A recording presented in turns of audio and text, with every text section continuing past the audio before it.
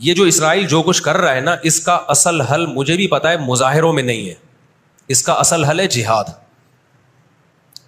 اس کا اصل حل کیا ہے؟ جہاد. تو پہلی جو ابھی تک تو ہم نے نا امیدی کی باتیں کی ہیں، مسلمان ممالک شکست کھا کے بیٹھ چکے ہیں، 3 بڑی جنگوں میں شکست ہو چکی ہے. اس کے بعد اب کسی مسلم کنٹری میں اسرائیل پر چڑھائی کی طاقت نہیں ہے. ان کو پتا ہے پیچھے امریکہ بیٹھا ہوا ہے. ہمیں قرآن و سنت میں اس بارے میں کیا ہدایات ملتی ہیں؟ اللہ کہتا ہے میں نے یہود پہ ذلت کو مسلط کر دیا ہے. اس آیت میں اور اس حدیث میں جو میں نے تقاتلون الیہود والی حدیث پڑھی، اس میں مسلمانوں کے لیے خوشخبری ہے کہ اللہ تعالیٰ نے جیسے بنی اسرائیل انتہائی کمزور تھے، فرعون کا ظلم اور بربریت کا شکار تھے. اللہ سورہ قصص میں کہتے ہیں وَنُرِيدُ أَن نَّمُنَّ عَلَى الَّذِينَ اسْتُضْعِفُوا فِي الْأَرْضِ، ہم نے ارادہ کیا کہ زمین میں کمزور ترین لوگوں کو اٹھا کے زمین کا امام بنا دیں گے، طاقتور پہ غالب کر دیں گے. بہت دفعہ ایسا ہوا ہے، کم من فئۃ قلیلۃ غلبت فئۃ کثیرۃ باذن اللہ. اللہ کہتے ہیں دنیا کے نقشوں میں جو غالب ہوتا ہے، جس کی فتح اسباب کی دنیا میں یقینی ہوتی ہے، میں بہت تھوڑی سی جماعت کو طاقتور بنا کے دنیا کا امام بنا دیتا ہوں. ہمیں اللہ کی رحمت سے اور قرآن اور حدیث کی جو بشارتیں مل رہی ہیں اس سے پوری امید ہے انشاءاللہ یہ اسرائیل کی شکست پہ اور یہودیوں کی ہمیشہ کے لیے شکست پہ اس کا نتیجہ نکلے گا انشاءاللہ. اور نبی صلی اللہ علیہ وسلم کی وہ حدیث پوری ہوگی کہ تمہاری جو بڑی جنگ ہوگی، نبی نے کیا فرمایا؟ اس امت کی ایک جماعت ہمیشہ جہاد کرتی رہے گی. لا یزال طائفۃ من امتی ظاہرین علی الحق. ہر دور میں لڑائی ہوئی ہے، جہاد ہوا ہے. آپ اس ہسٹری اٹھا کے دیکھ، کہیں نہ کہیں جہاد ہمیشہ ہوتا رہا ہے. تو آج بھی ایسا ہوگا. اور بالآخر یہ معاملات اگر بین الاقوامی دنیا نے کنٹرول نہیں کیے تو نبی صلی اللہ علیہ وسلم کی پیش گوئیاں انشاءاللہ بہت جلد پوری ہونے والی ہیں. اور یہ جو ان کو عزت ملی ہے نا، یہ اصل میں بہت بڑی ذلت کی تمہید ہے. جب کسی کی بہت بڑی بےزتی کرنی ہوتی ہے تو اس کو پہلے بہت زیادہ عزت دینی پڑتی ہے. ایران میں بہت زیادہ یہودی ہیں، پتہ ہے آپ کو؟ اسرائیل کے بعد سب سے زیادہ یہودی ایران میں ہے. لیکن انہوں نے اپنا نام ایران میں یہود نہیں رجسٹرڈ کروایا، کلیمی رجسٹرڈ کروایا ہوا ہے موسیٰ کلیم اللہ کی نسبت. کیوں؟ ان کو پتا ہے کہ یہود کا لفظ دنیا میں کیا بن چکا ہے؟ گالی. شرم آئے گی کسی کو بتاتے ہوئے کہ میں یہودی ہوں. اس لیے ایران میں انہوں نے اپنے آپ کو رجسٹرڈ کس نام سے کروایا ہے؟ کلیمی کہتے ہیں ان کو. میں مانتا ہوں سارے یہودی ایسے نہیں ہوتے، میں نے پہلے وضاحت کر دی، ہمیں یہودیوں سے دشمنی نہیں ہے. کیونکہ قرآن جہاں یہودیوں کی برائی بیان کرتا ہے وہاں قرآن یہ بھی کہتا ہے لیسوا سواء، سارے ایک جیسے نہیں ہیں. قرآن اعتدال سے بات کرتا ہے، سارے ایک جیسے نہیں ہیں. لیکن جتنا شر اور فساد اس قوم میں ہے، قرآن کہتا ہے کہ اتنا دنیا میں کسی اور قوم میں نہیں ہے. لَتَجِدَنَّ أَشَدَّ النَّاسِ عَدَاوَةً لِلَّذِينَ آمَنُوا الْيَهُودَ. اللہ کہتے ہیں تو مسلمانوں کا سب سے بڑا دشمن، دنیا کی جتنی قومیں ہیں ان میں سب سے بڑا دشمن کس کو پاؤ گے؟ یہود کو پاؤ گے.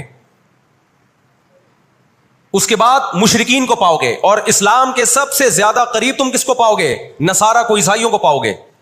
تو آپ صلی اللہ علیہ وسلم نے فرمایا کہ تقاتلون الیہود، تمہاری جنگ کس سے ہوگی؟ یہود سے ہوگی. دجال کس کا سپورٹر ہوگا؟ بولتے کیوں نہیں؟ ابھی تو دجال آیا نہیں ہے اور آپ نے بولنا چھوڑ دیا ہے. جب آئے گا تو پھر تو اچھوں کی بولتی بند ہو جائے گی. کس کا سپورٹر ہوگا وہ؟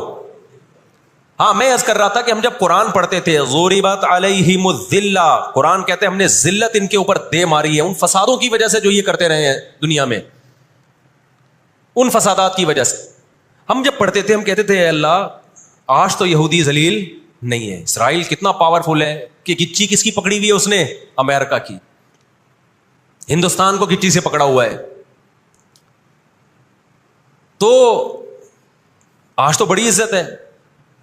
میں نے اپنے استاد سے یہ سوال پوچھا، انہوں نے بڑا معقول جواب دیا اور یہ تفسیر کی کتابوں میں بھی لکھا ہے. دیکھیں آپ یہودیوں کی ہسٹری اٹھا کے دیکھیں نا، ہمیشہ کوئی نہ کوئی ایسا ان پر مسلط ہوا ہے جنہوں نے ان کی شرارتوں کا مزہ ان کو دنیا میں چکھایا ہے. قرآن سے بھی یہ بات ثابت ہے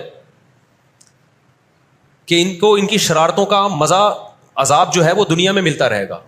میں بار بار کہتا ہوں ہٹلر نے بھی ان کو عذاب دیا ہے. ہٹلر سے پہلے بھی اسلامی نہیں بلکہ دنیا کی تاریخ میں بہت سے ہٹلر گزر چکے ہیں جنہوں نے ان کی شرارتوں کی ان کو دنیا میں سزا دی ہے. ہم پھر بھی بتائیں ہم ہٹلر کے حامی نہیں ہیں جو ظلم اس نے کیا، لیکن وہ بھی ان کی شرارتوں سے بیزار تھا. قرآن کہہ رہے ہم نے ان پر ذلت کو دے مارا ہے. دنیا میں بہت دفعہ رسوا ہوئے یہ. اب کیا ہے یہ آخری ذلت ہے یہودیوں کی. آپ کو معلوم ہونا چاہیے جب دنیا میں کسی کو بہت زیادہ ذلیل کیا جاتا ہے نا تو پہلے اس کو عزت دی جاتی ہے. کسی کے گلے میں آپ جوتوں کا ہار پہنا دو, یہ بھی ایک ذلت ہے. اور ایک طریقہ یہ 3 پیس سوٹ ٹائی میں آپ اس کو صدارت کی کرسی پہ بٹھائیں اور پھر آپ اس کو جوتوں کا ہار پہنا دیں. بتاؤ کون سی بڑی ذلت ہے؟ یہ دوسری ذلت پہلی ذلت سے بڑی ہے. پوری دنیا میں مار کھانے کے بعد نا اپنی شرارتوں کی وجہ سے آج اللہ نے ان کو ایک تھوڑی سی حکومت دی ہے. ایک چھوٹا سا کنٹری, آپ اگر اسرائیل کو نقشے میں دیکھیں گے تو کراچی بھی بڑا ہے اسرائیل سے. اتنا چھوٹا ملک, اتنا چھوٹا ملک, اور تعداد بھی بہت تھوڑی.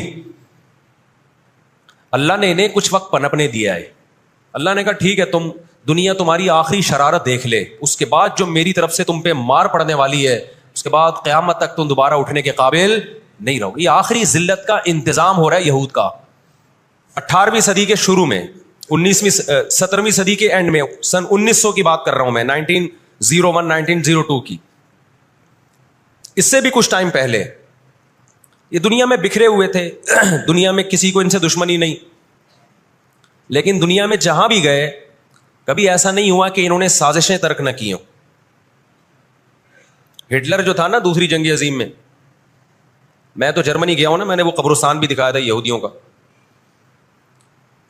ہٹلر نے یہودیوں پہ بہت زیادہ ظلم کیا, جو بالکل غلط کیا. ہم اس ظلم کو کبھی بھی حوصلہ افزائی نہیں کرتے. دیگوں میں اٹھا اٹھا کے زندہ ڈال دیا کرتا تھا. ہم اس عمل میں ہٹلر کی بالکل بھی حوصلہ افزائی نہیں کرتے, اس عمل کو اپریشیٹ نہیں کرتے. لیکن اس نے ایک تاریخی الفاظ کہے تھے, اسے پتا تھا دنیا مجھے برا کہے گی بعد میں کہ لاکھوں یہودی مار دیے میں نے.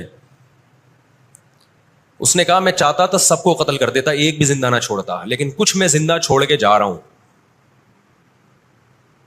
تاکہ دنیا جب مجھے یاد کرے گی نا کہ یہودی ظالم تھا تو دنیا کو پتا چلے گا کہ میں نے ان کو قتل کیوں کیا. کچھ چھوڑ کے جا رہا ہوں, یہ چین سے نہیں بیٹھیں گے, دیکھنا کرتے کیا ہیں یہ. آج ہٹلر زندہ ہوتا, ہٹلر اگر آج زندہ ہوتا, دنیا کہتی کہ تو بندہ ٹھیک نہیں تھا لیکن بات ٹھیک کر کے گیا ہے. ان کے اندر 2 بیماریاں, ایک حسد کہ فلاں کو نعمت کیوں مل رہی ہے, اور ایک دنیا سے محبت. قرآن کہتا ہے یود احدہم لو یعمر الف سنہ, ان میں سے ہر شخص چاہتا ہے کہ کم سے کم اس کی عمر کتنی ہونی چاہیے, 1000 سال. اور مسلمان دنیا سے محبت نہیں کرتا. تو آپ بتاؤ 2 ایسی قوموں کا مقابلہ ہو کہ ایک زندہ رہنے کے لیے لڑ رہی ہو اور ایک موت کے لیے لڑ رہی ہو, تو فتح کس کو ملے گی؟ جو موت کے لیے لڑتا ہے. اب بھی دنیا کو اگر ہوش نہیں آتا اور کفر کی حقیقت سمجھ میں نہیں آتی ہے, ہمارے لبرل اور سیکولر طبقے کو جو صبح و شام ان کے گن گاتے ہیں, تو پھر آپ کو اس کا اللہ کے سامنے حساب دینا پڑے گا. جہاں مسلمان کا خون بہے گا دنیا منہ پہ ٹیپ لگا لیتی ہے. جہاں کوئی ایک غیر مسلم, ہماری نظر میں مسلمان کا خون بہے یا غیر مسلم کا, ہم فرق نہیں کرتے. کسی پہ بھی ظلموں کا ہم آواز اٹھائیں گے, لیکن دنیا یہ فرق کرتی ہے, لیبل یہ لگاتی ہے کہ انسانیت پہلے مذہب بعد میں. لیکن ان کا ایٹیٹیوڈ بتاتا ہے کہ ان کی نظر میں مذہب پہلے ہے, انسانیت بعد میں ہے. دنیا میں سب سے سستا خون مسلمان کا ہو گیا ہے. آج دنیا میں بہت سے لوگ کہتے ہیں یہ عرب کنٹریز کیوں نہیں کر رہے. بھائی عرب ممالک 3 بڑی جنگیں لڑ چکے ہیں. یہ جو لوگ الزام لگاتے ہیں نا کہ عرب چپ کر کے بیٹھے ہوئے ہیں, مصر کیوں نہیں کر رہا. مصر کی سرحد ملتی ہے اسرائیل سے, شام کی سرحد ملتی ہے, اردن اور لبنان کی سرحد ملتی ہے. یہ سارے ملک 3 بڑی جنگیں لڑ چکے ہیں اسرائیل کے خلاف.